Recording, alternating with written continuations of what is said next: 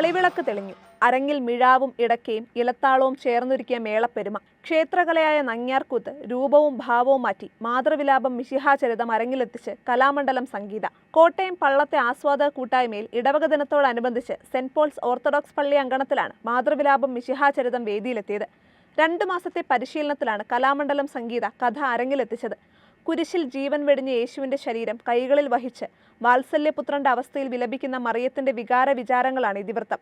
തിരുപ്പിറവി മുതൽ സ്വർഗാരോഹണം വരെയായിരുന്നു അവതരണം. കുറിച്ചി കേളി ഗുരുശ്രീപുരം കഥകളി സംഘം സെക്രട്ടറി പള്ളം എടത്തുപടിക്കൽ നെടുമ്പറമ്പിൽ കൊച്ചിട്ടി മാത്യുവിന്റെ ആശയത്തിൽ സജിനി ഇത്തിത്താനം, ചെങ്ങന്നൂർ ഹരിശർമ്മ എന്നിവരാണ് കഥ ചിട്ടപ്പെടുത്തിയത്. സംസ്കൃത പണ്ഡിതനായിരുന്ന പ്രൊഫസർ PC ദേവസി രചിച്ച കൃതിയിൽ നിന്നാണ് കഥാഭാഗം തെരഞ്ഞെടുത്തത്. സംഗീതയുടെ ഭർത്താവ് കലാമണ്ഡലം രതീഷ് ദാസ്, കലാമണ്ഡലം കൃഷ്ണദാസ് എന്നിവർ മിഴാവ് വായിച്ചു. കലാമണ്ഡലം രാജീവ് ഇടക്കയും കലാമണ്ഡലം സജിത ഇലത്താളവും ഒരുക്കി. 2 മണിക്കൂർ നീണ്ടുനിന്ന നങ്ങ്യാർകൂത്ത് കാണുന്നതിനായി ധാരാളം പേർ എത്തിയിരുന്നു. വികാരി reverend doctor Thomas P Zacharia, father Mathew Nedumparambil, father Rajan Varghese Pulimoottil, Edanad Indayappa ക്ഷേത്രം തന്ത്രി ശ്രീധര ശർമ്മ തുടങ്ങിയവർ സന്നിഹിതരായിരുന്നു. ജേക്കബ് ജാതിക്കാടൻ ഉപഹാരം നൽകി.